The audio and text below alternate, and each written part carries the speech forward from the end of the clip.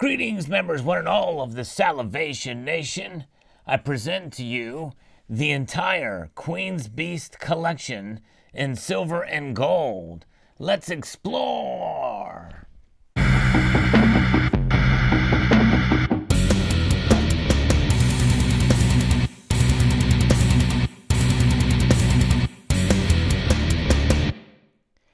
That's right, this series has been long awaited to be completed, and here it is, finally done, after about 5 years of collecting this series.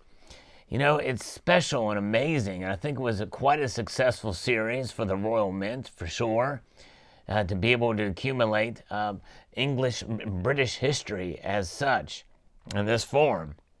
You know, think what you want about the Crown of England, and about Elizabeth II in particular. She is the longest reigning monarch, and by all accounts, personally, is well liked.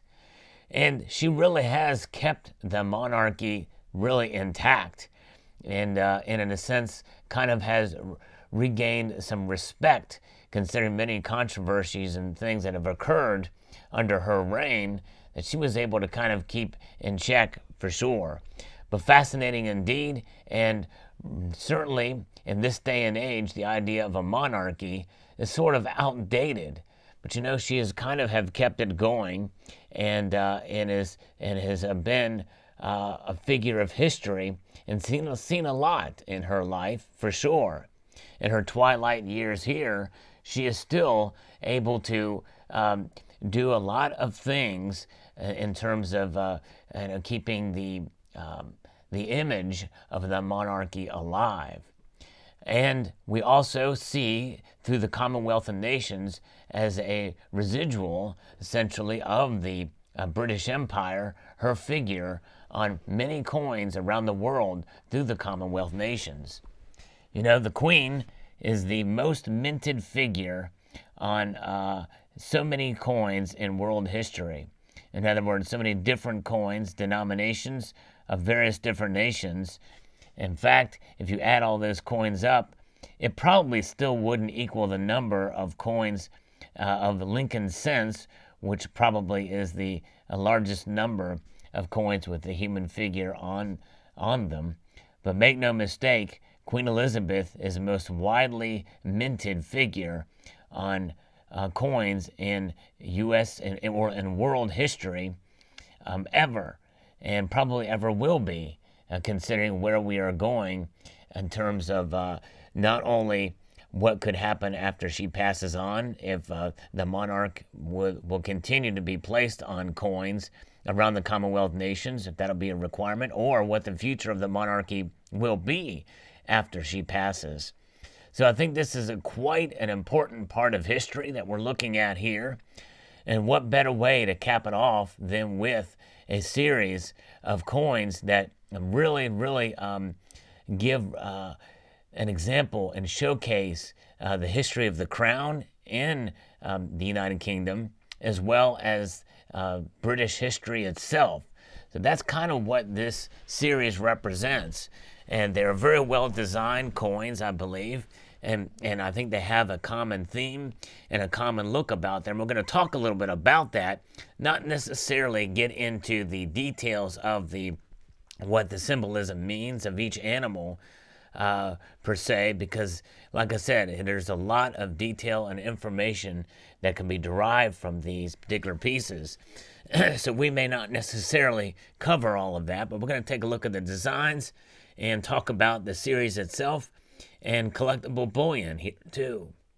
So we're going to start here with the very first coin that came out in 2016, a time when we saw sort of what became a very common practice that we're seeing as a sort of a trend with 2-ounce coins that have the same diameter as 1-ounce coins. Those are known as PA4s, and this is exactly what this is, as that is the only or the smallest weight size in silver, and that is the 2-ounce coins. And the smallest gold size is the 1/4 ounce, so you see all those there as well. The Lion of England was first. It came out in 2016, a time when we saw silver prices kind of rise up a bit after being in the doldrums for a few years there. Then we have the Griffin of Edward. This coin is the key of the series and very highly sought after, this particular coin. And of course, that could change in the secondary marketplace in due course. But nonetheless, a very nice and well-designed coin, I believe. The Griffin of Edward. Very, very cool there. There it is. And then we have the dragon. This is the Dragon of Wales. This is the third coin in the series, and probably my favorite. And as you can see here, it really fills out the design. Jody Clark, who designed this as well as the others in the series, really showcases kind of that continuity that you see with the shield and the symbols that represent that shield for each of these particular coins. But there is lying the Red Dragon of Wales.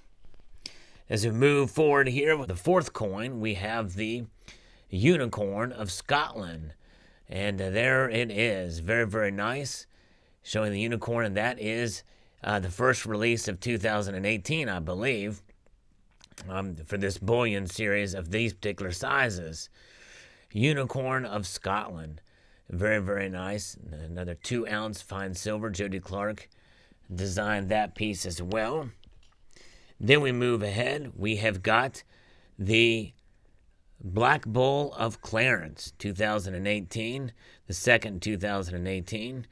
Very nicely designed. Again with that chainmail in the background. Then we move ahead here to a very, very bold design with the wingspan, when we have the Falcon of the Plantagenets. Plantagenets there. A broad design with the wings of the falcon spread out and the long claws there grasping that shield. And again, with some deep symbolism there in the shield as well. This being the first coin, I believe, of 2019. Then we move ahead here to the Yale of Beaufort. This is a very, very interesting symbolically as well.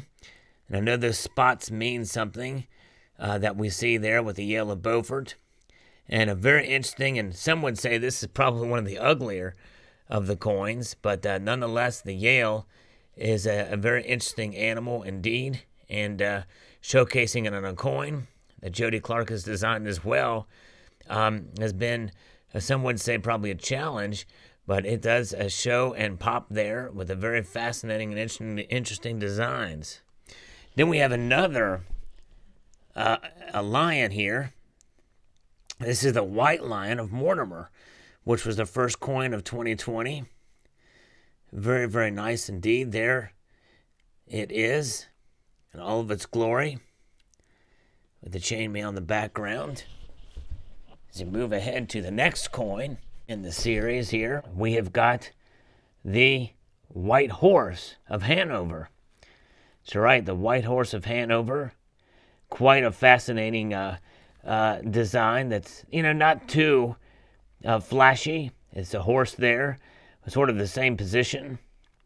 And, one thing you see about all of these inconsistency is the tail. The tail wraps around the other side of the shield in all of these pieces. But that is the White Horse of Hanover.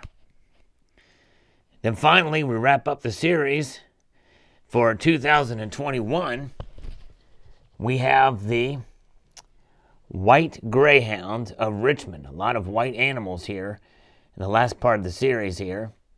And this is to be expected. A greyhound is not quite as majestic or bold as other animals, but this particular coin here, I think, was well done with Jody Clark. Again, 4/9 fine silver for all of these pieces. And we can see that they are all in silver and gold. Very, very nice. There they are. All of the ones here, we've encircled them here, but you'll notice the lettering is slightly different. With the Lion of England has more of a flat, broad lettering, and this is a smaller, kind of more rounded you know, as far as the relief is concerned, there between the designs there. Now, again, I collected this series based off of what the minimum sizes for both gold and silver were. The series itself comes in proof coins as well as other bullion styles, and which include different sizes, like the 10-ounce silver. They come as well, 1 ounce gold and 1 ounce platinum. Some of those come out in different years, so there's not been a consistency with the series in terms of the years that are tied to these with the designs. So being that portion of the series has been somewhat inconsistent there, and so I have decided just to collect the smallest, least expensive of these, and that will be the 1/4 ounce gold and the 2 ounce silver. There is no 1 ounce silver of these unless you get the proof coins, and the proof coins are quite expensive for these series and don't line up with their years. Like, for instance, I think the Lion of England is 2017. The Griffin might be 18, and I think there's still, even though the series is done for these bullion coins, I think it's continuing with the proof and some of the other bullion options out there. So the platinum has come somewhat later, and so some of those as well have changed. The years, I think, are slightly different on those. But the fact that they didn't add platinum, I think, is a really good idea to kind of keep that series going. But the inconsistency with the years is something that I wanted to kind of be consistent. And this 1/4 ounce and gold and 2 ounce silver are completely consistent all the way through with the years. But there's something to be said for collectible bullion. For all intents and purposes, other than the key date, which is the Griffin here, most of these you can find for, well, relatively bullion prices. But as is the case with most collectible bullion, after they are done minting for that particular year or section of a year, they do tend to increase in value for a bit and then drop back off. So there is somewhat of a numismatic element to these. But by and large, what numismatic bullion means, or collectible bullion means, is there's different designs, and you can put together sets for about the price of a normal bullion coin. Maybe slightly higher, and that is called better bullion. Like, for instance, you see that with the Lunar Series, which is a very popular series from the Perth Mint, and other collectible bullion series that are out there. This particular series is one that is one and done. In other words, they're only going to do one series of these. I don't think there's going to be a series 2 like there is for the Lunar, and it likely will not continue in any other capacity in this regard. But I think it's a fascinating part of history and collectible bullion to be able to have as a collection. And someone like me, who is mainly a collector, I do obviously appreciate and hold bullion as well. And this is one of those series that could be put together at a relatively low cost. Now, I do have capsules for the silver pieces that you see here, but I do not have them for the gold yet. And I would like to get a box to put these in. I think that would be very nice, but it's, as somebody who just collects coins, it's kind of tough to justify spending probably almost $100 for a box to put these in. But I may have to bite the bullet and do that sometime. Now, as you can see here on the side of this coin, you see some milk spotting. These do tend to, Royal Mint does have milk spotting problems with some of their coins, and that is a problem with collectible bullion and just regular bullion too.